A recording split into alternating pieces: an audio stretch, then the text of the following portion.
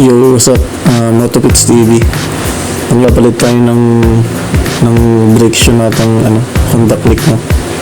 So, dito tayo magbabaklas sa bandang likod. Ito yung tatanggalin natin mga tornilyo, yung tornilyo ng tambucho para ma-access natin yung gulong ng yung gulong ng nut ng gulong natin sa likod. Ngayon, tatanggalin din natin itong tornilyo dito sa baba. Yung dalawa dyan na maliit, tatanggalin natin yung guys. Hindi na sa pinakababa. Pag sinilip nyo, nasimulan na natin yung pagbaklas. Ito lang yung mga kailanganin yung tools guys.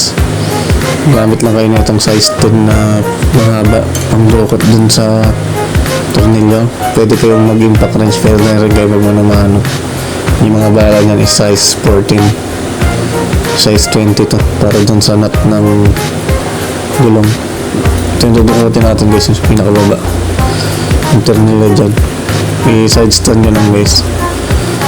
Side stand plus center stand. Ayan guys, pihitin nyo lang siya para maluwagan and matanggal yung nut na mahaba.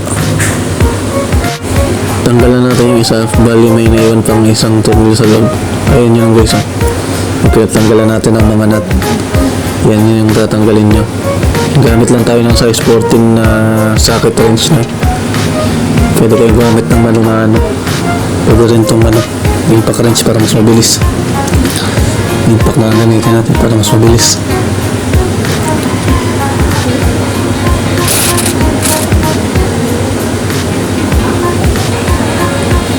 Ngayon, tabi nyo lang yung mga nut para hindi mawala.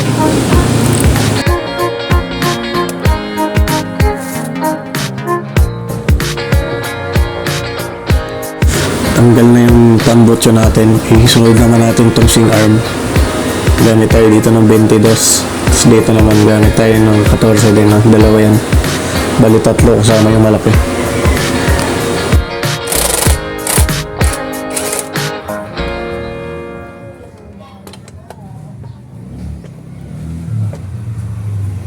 $22 naman dito para sa pinakamalaking bolt dito sa likod.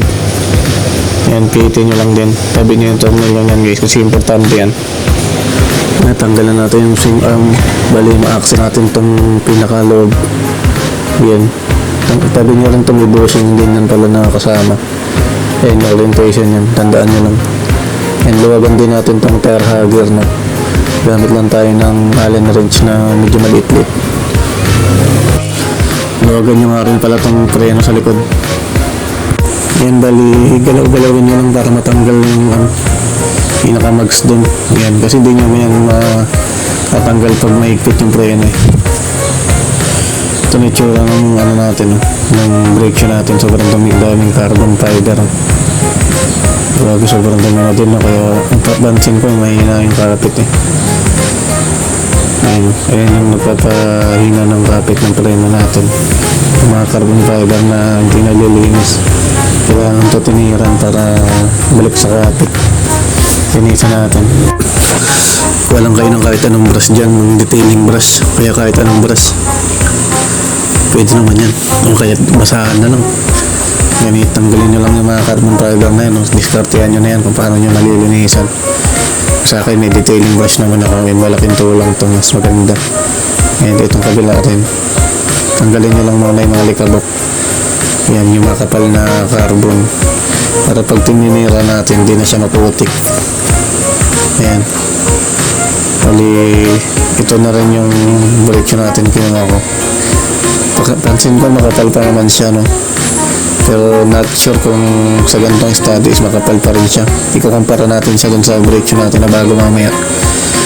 Bali, ito sobrang dumi din ang loob. Tanggalin din natin yung mga yan. Grabe, kahit anong brush kung hindi pa rin nababawasan yung kapal. Sobrang kapal na din ang carbon fiber niya sa loob. Kaya much better na may alam din kayo sa pagtanggal ng mga yan. Kasi pag sa mga shop din naman ang tatanggalin yan minsan. Ayan. Magamit lang din tayo ng basahan, no? Para mas madukat natin yung mga pinakaloob. Kasi tumigas na rin. Hindi na kaya ng detailing brush.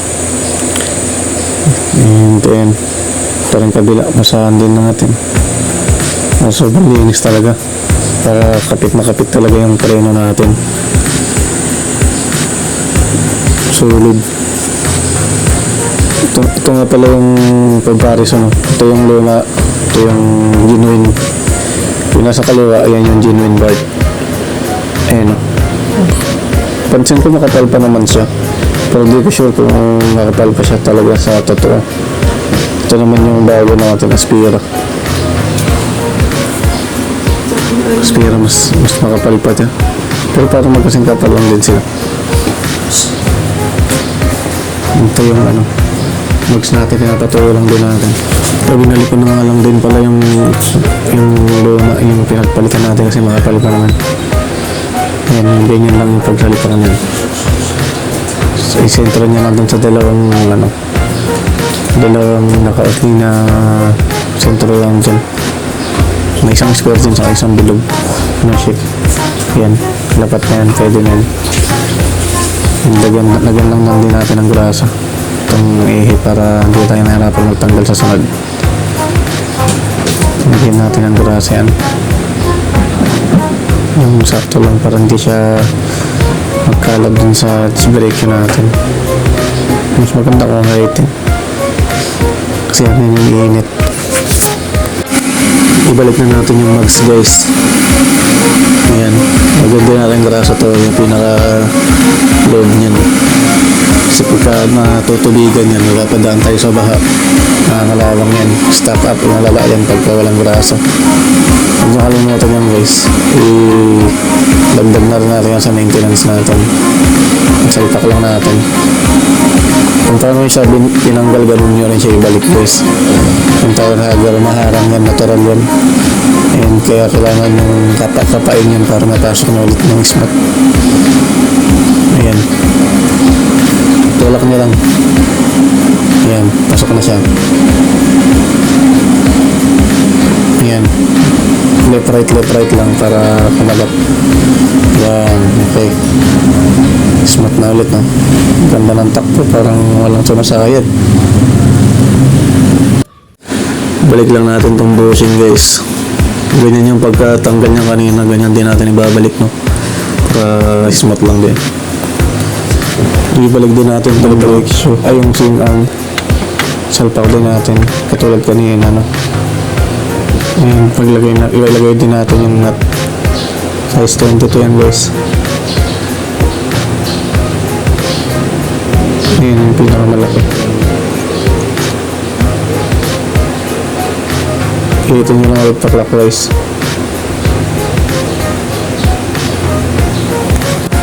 Balik na natin lahat. Yung tambutso, pati yung gulong. Bali yan, guys, na i-adjust nyo lang din itong preno sa tamang lakas. Ayan, goods na goods yan, no? Ganda ng kagat. Nagpa-pre-wheel siya, no? Ayan, huwag nyo nakalimutan mag-like and subscribe, guys, kung may natutunan kayo sa video. Thank you, guys.